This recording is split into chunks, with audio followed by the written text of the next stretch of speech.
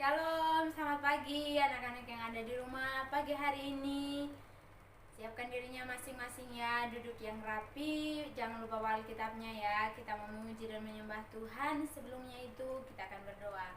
Lipat tangan semua ya. Bapa kami yang di surga, kami bersyukur karena Engkau sangat baik dalam setiap kehidupan kami Tuhan. Pagi hari ini kami masih ada itu semua karena anugerah-Mu ya Tuhan. Terima kasih Tuhan, terima kasih Yesus. Pagi hari ini kami memuji dan mempermuliakan nama-Mu ya Tuhan. Kiranya setiap pujian kami dapat menyenangkan hati-Mu ya Tuhan. Terima kasih Tuhan. Terima kasih Yesus. Kami siap memuji dan menyembah Engkau di dalam nama Tuhan Yesus Kristus. Haleluya. Amin. Ayo anak-anak semuanya bangkit berdiri ya. Kita angkat satu pujian yang berkata, ku daki-daki gunung yang tinggi. Pakai gerakan ya.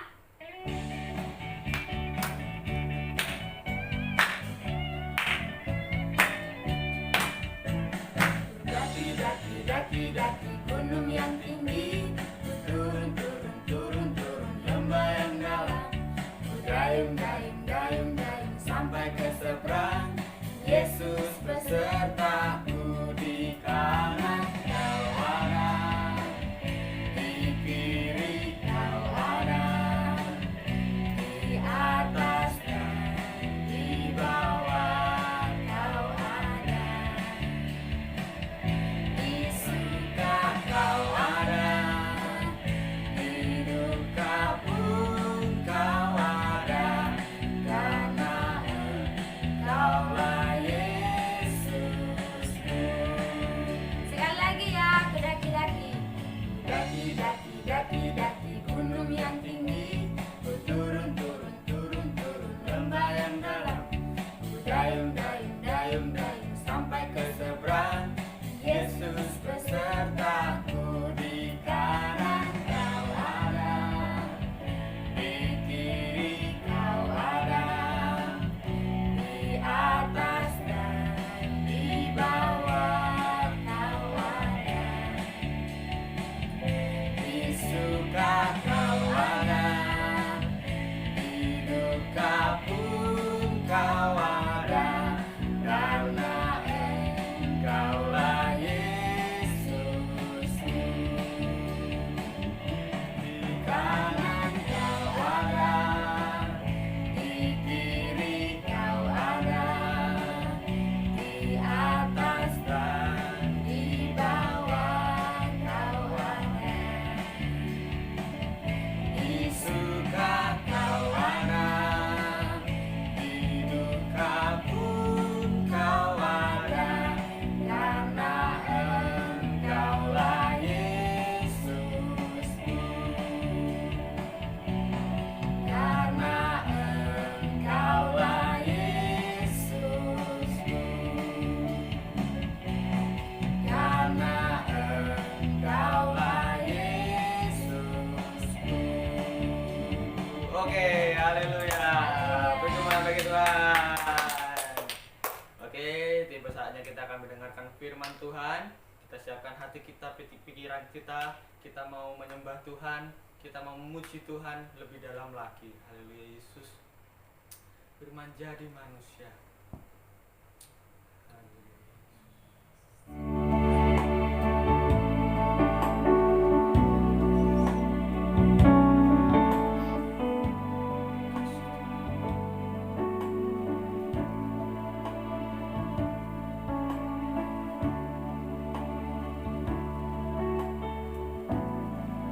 Menjadi manusia,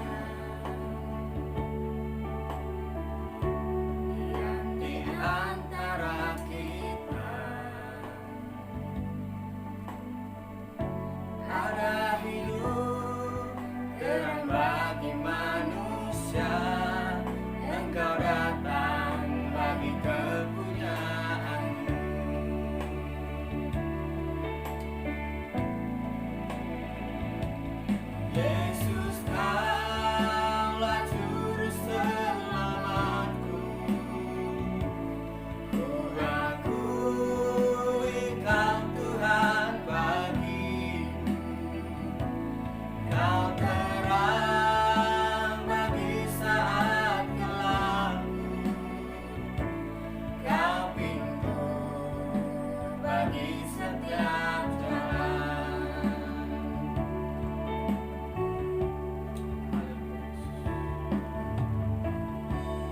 Firman jadi manusia, diam di antara kita. Ada hidup terang bagi manusia, Engkau datang bagi kepunyaanmu. Yesus, Kaulah juru selamatku. Ku akui Kau Tuhan bagiku. Kau terang bagi saat gelapku.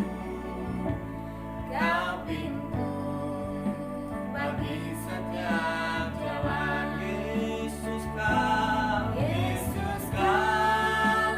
juru selamatku. Ku akui Kau Tuhan bagiku. Kau terang bagi saat gelapku. Kau pintu bagi setiap jalan.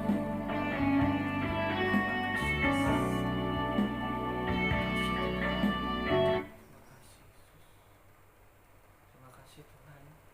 Bersama-sama kita berdoa. Terima kasih Tuhan, terima kasih Yesus atas penyertaan dalam hidup kami, sehingga kami dapat merasakan hidup sampai saat ini, semua karena berkat-Mu ya Tuhan.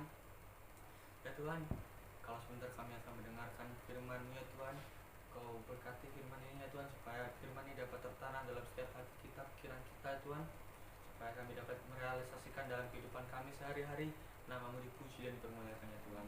Berkati hamba-Mu yang sebentar akan menyampaikan firman-Mu ya Tuhan, tutup bungkus pelayanan dalam tangan-Mu ya Tuhan, supaya apa yang disampaikan berasal daripada-Mu ya Tuhan. Terima kasih Tuhan, terima kasih Yesus. Kami akan mendengarkan firman Tuhan. Kami akan duduk diam dalam nama Tuhan Yesus Kristus. Haleluya. Amin. Puji Tuhan. Selamat pagi anak-anak sekolah minggu yang diberkati oleh Tuhan. Pagi hari ini kita akan belajar dari kebenaran firman Tuhan yang Om Yanto ambil di dalam Kisah Para Rasul pasal 16 ayat yang ke-25. Nanti anak-anak sekolah minggu boleh membaca keseluruhannya satu perikop ini mulai pasal ayat 19 sampai ayat yang ke-40. Dan sekarang Om Yanto akan baca di ayat yang ke-25. Perhatikan di Alkitabnya masing-masing. Tetapi kira-kira tengah malam Paulus dan Silas berdoa dan menyanyikan puji-pujian kepada Allah, dan orang-orang hukuman lain mendengarkan mereka. Anak-anak ini diberkati oleh Tuhan. Dalam kisah ini menceritakan bagaimana Paulus dan Silas dimasukkan di dalam penjara karena apa? Karena mereka memberitakan kebenaran firman Tuhan. Di dalam penjara itu keadaan yang tidak enak.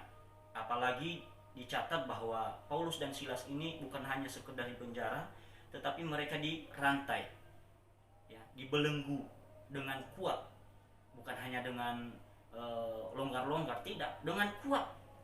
Jadi tidak bisa dilepas dengan sendiri, ya, harus ada orang yang melepasnya. Diceritakan bahwa Paulus dan Silas dimasukkan dalam penjara hanya karena apa? Mereka memberitakan firman Tuhan kepada orang-orang Roma pada waktu itu. Ya. Apa salahnya? Ya, hanya menyampaikan kebenaran firman Tuhan. Ya. Apa salah mereka? Mereka tidak membunuh, mereka tidak melakukan hal-hal yang lain dan lain sebagainya. Tidak. Tidak melakukan kejahatan yang lain, tidak. Hanya memberitakan kebenaran firman Tuhan. Tetapi mereka dihukum. Mereka dimasukkan dalam penjara. Bagaimana respon mereka? Dicatat dalam Alkitab bahwa Paulus dan Silas tidak bersungut-sungut kepada Tuhan, tidak menyalahkan Tuhan, tidak menyalahkan keadaan, tidak menyalahkan orang lain. Tidak. Harusnya kami menyalahkan Tuhan. Kami ini kan menyampaikan firman Tuhan. Kenapa kami harus dipenjara? Seharusnya kan seperti itu. Bisa saja.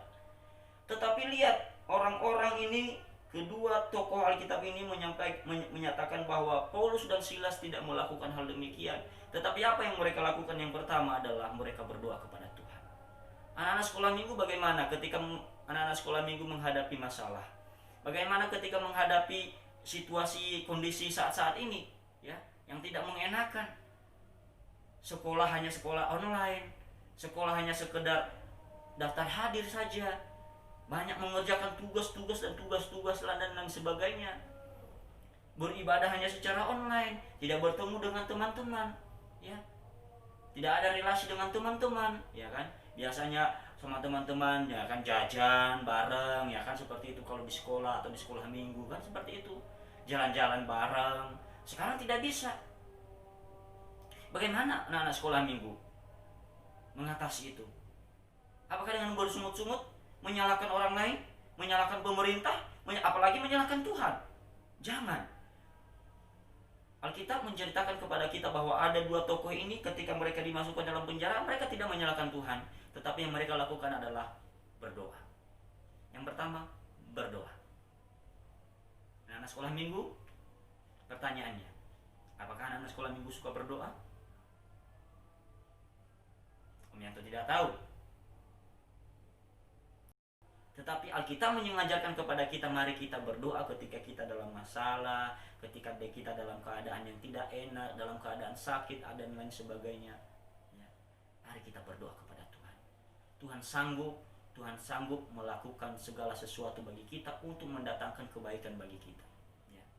Dan yang kedua adalah mereka memuji Tuhan. Bukan bersungut-sungut, tidak marah, tidak. Tapi mereka memuji Tuhan, menaikkan pujian kepada Tuhan dengan sungguh-sungguh. Sampai orang-orang yang ada di sekitar penjara itu mendengar, ya, pujian mereka, mendengar apa yang mereka sampaikan kepada Tuhan.